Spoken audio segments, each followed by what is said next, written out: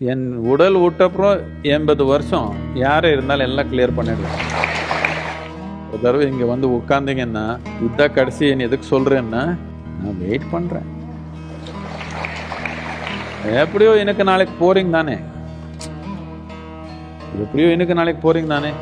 என் உடல் போயிருந்தாலும் சரி, என் உடல் விட்டப்புறம் 80 வருஷம் யாரே இருந்தாலும் எல்லாம் கிளியர் பண்ணிடுவேன். யோகம் பண்ணி அதுக்கு மேலே வாழிட்டீங்கன்னா அப்போ கொஞ்சம் பிரச்சனை. நான் போனப்புறம் அதுக்கு மேலே 80 வருஷம் நீங்கள் வாழிட்டீங்கன்னா கொஞ்சம் பிரச்சனை. 80 வருஷத்துக்குள்ளே நீங்கள் போயிடுவீங்கன்னு நான் நினைக்கிறேன். போக மாட்டீங்களா? நான் போனப்புறம் அதுக்கு மேலே 80 வருஷத்துக்கு மேலே இருப்பீங்களா? அந்த மாதிரி யோகா எல்லாம் நான் சொல்லிக் கொடுக்க மாட்டேன்.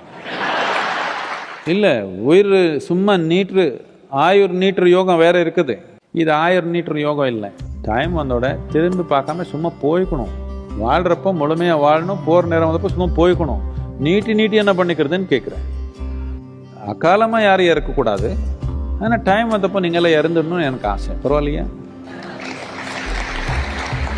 ஒரு உயர்ந்த நிலையில் இருக்கணும்னு ஆசை எனக்கு, அவ்வளோதான். எவ்வளோ லேட்டாக இறக்குறீங்கன்னதுக்கு முக்கியமானது இல்லை. உயர்ந்த நிலையில் வாழை, உயர்ந்த நிலையில் உடல் விடணும், இது முக்கியமானது.